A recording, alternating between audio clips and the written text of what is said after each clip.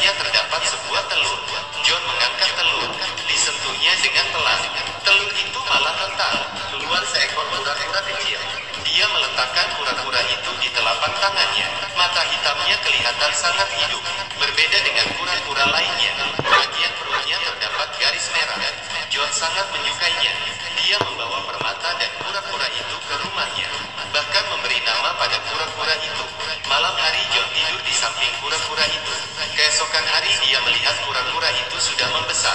Sangat ajaib. Di saat ini ayahnya datang untuk membersihkan kamar.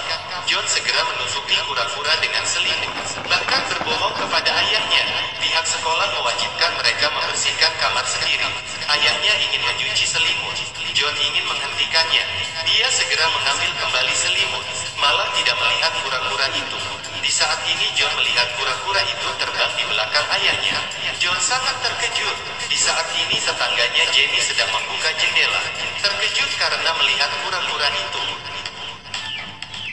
Sang ayah segera menanyakan Jenny. John memberi isyarat pada Jenny untuk diam. Jenny pun membantu menjaga rahasianya.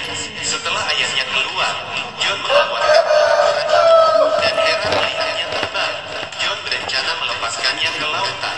Saat menoleh ke belakang, terlihat kura-kura itu mengikutinya.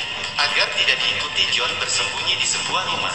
Tetapi saat dia ingin pergi, terlihat kura-kura itu lagi. Di saat ini sebuah mobil dengan cepat berjalan mendekat. Hampir saja ditabrak.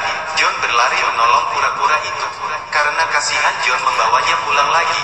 Saat John sekolah, kura-kura itu diletakkan di restoran ayahnya. Tiba-tiba sebuah pisau terjatuh. Karena terkejut, dia menghembuskan api. Saat sang ayah melihat pisau itu sudah gosong, John memberitahu temannya bahwa dia memelihara seekor kura-kura yang dapat terbang. Temannya merasa dia berbohong, tetapi saat mereka melihat kura-kura itu, mereka pun terkejut. Semuanya ingin menjadi sahabatnya.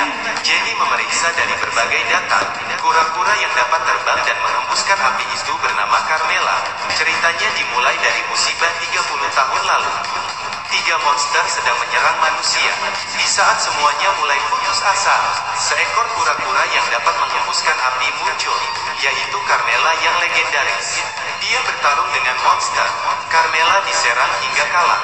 Di saat dia hampir mati, dia meledakkan kekuatannya sendiri demi mati bersama musuhnya. Karena pengorbanannya, manusia dapat hidup damai. John tidak percaya mendengar cerita Jenny.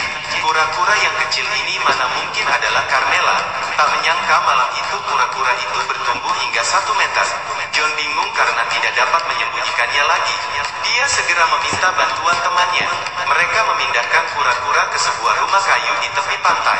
Lalu mereka pergi melihatnya tiap hari. Suatu pagi John mendengar bahwa Jenny sakit parah, harus segera dioperasikan. Dia memberikan permata kura-kura itu pada Jenny, berharap dapat segera sembuh. Di saat itu juga terjadi bencana di perairan dekat desa. Ahli menginvestigasi bahwa kemungkinan terkait dengan makhluk raksasa di laut. Sepertinya kura-kura itu juga merasakan sesuatu. Keesokan hari John datang ke rumah kayu itu, tidak menemukan kura-kura. John segera meminta bantuan temannya untuk mencari. Sirine pertahanan udara berbunyi. Masyarakat desa segera melarikan diri. Ternyata ada monster yang muncul di desa itu.